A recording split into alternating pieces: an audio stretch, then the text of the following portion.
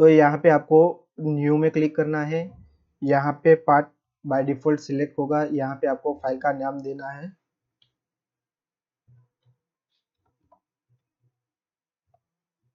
और यहाँ पे आपको क्लिक नहीं करना, ये यूजर डिफॉल्ट टेम्पलेट को अनटिक करके ओके करेंगे।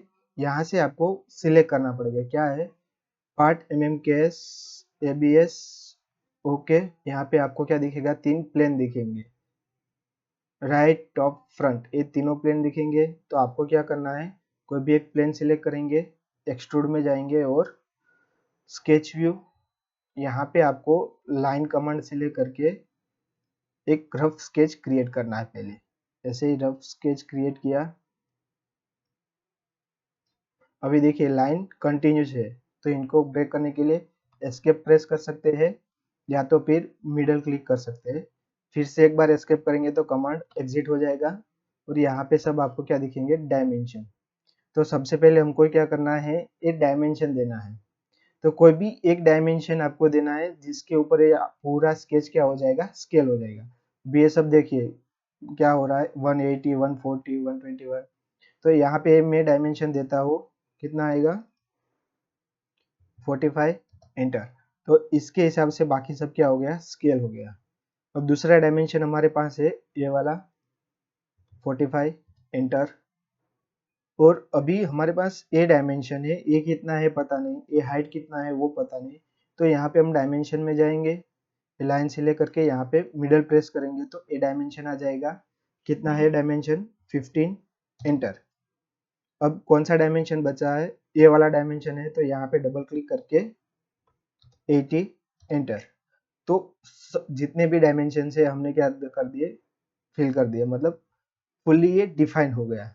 तो यहाँ पे हम क्या करेंगे, ओके।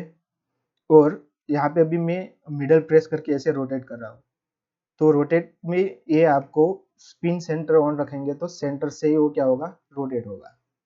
तो यहाँ पे ये मेरा स्केच प्लेन है, उसके इस डायरेक्शन से एक्सट्रूड हो रहा है, मुझे इनको सिमेट्रिक करना है, आधा इस साइड आधा उस साइड। तो यहाँ पे मैं डेप्थ में जाऊंगा, सिमेट्रिक कितना आएगा, यहाँ पे 50, एंटर करना है। तो देखिए 50 हो गया। और एक बार यहाँ से ओके करना है या तो फिर मिडल प्लेस करना है। तो ऐसे इतना क्रिएट हो गया। अब क्या बाकी है, यहाँ से मटेरियल रिमूव करना। तो इसके लिए फिर से मैं ये सरफेस सिलेक्ट करूंगा, एक्सट्रूड में जाऊंगा और यहाँ पे स्केच व्यू करूंगा।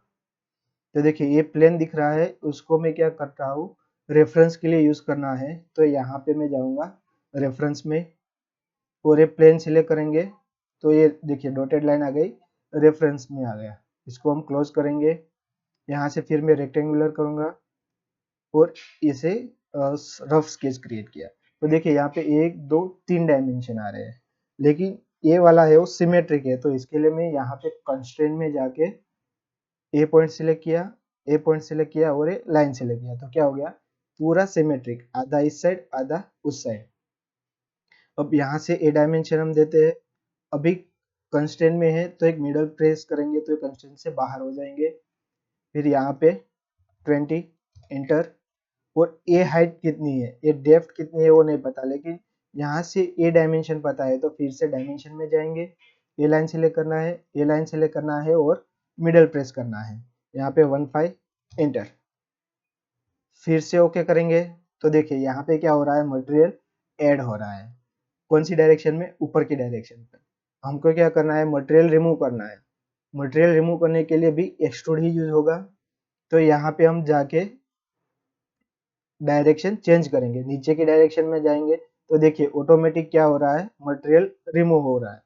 इनकेस नहीं होता है तो आपको सेटिंग में इनको क्लिक करेंगे तो मटेरियल रिमूव होगा। और अभी मटेरियल रिमूव हो रहा है, कितना हो रहा है, कितना करना है वो नहीं पता, लेकिन इतना पता है कि इस सरफेस तक जा रहा है मटेरियल। तो यहाँ से मैं डेप्थ में जाऊंगा, आपके पास वैल्यू है तो यहाँ से वैल्यू एंटर कर सकते हैं, बाकी यहाँ से आप क्या कर सकते हैं, रेफरेंस यूज कर सकते हैं।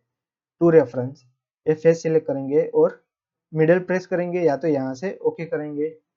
तो ऐसे आप पार्ट क्रिएट कर सकते हो।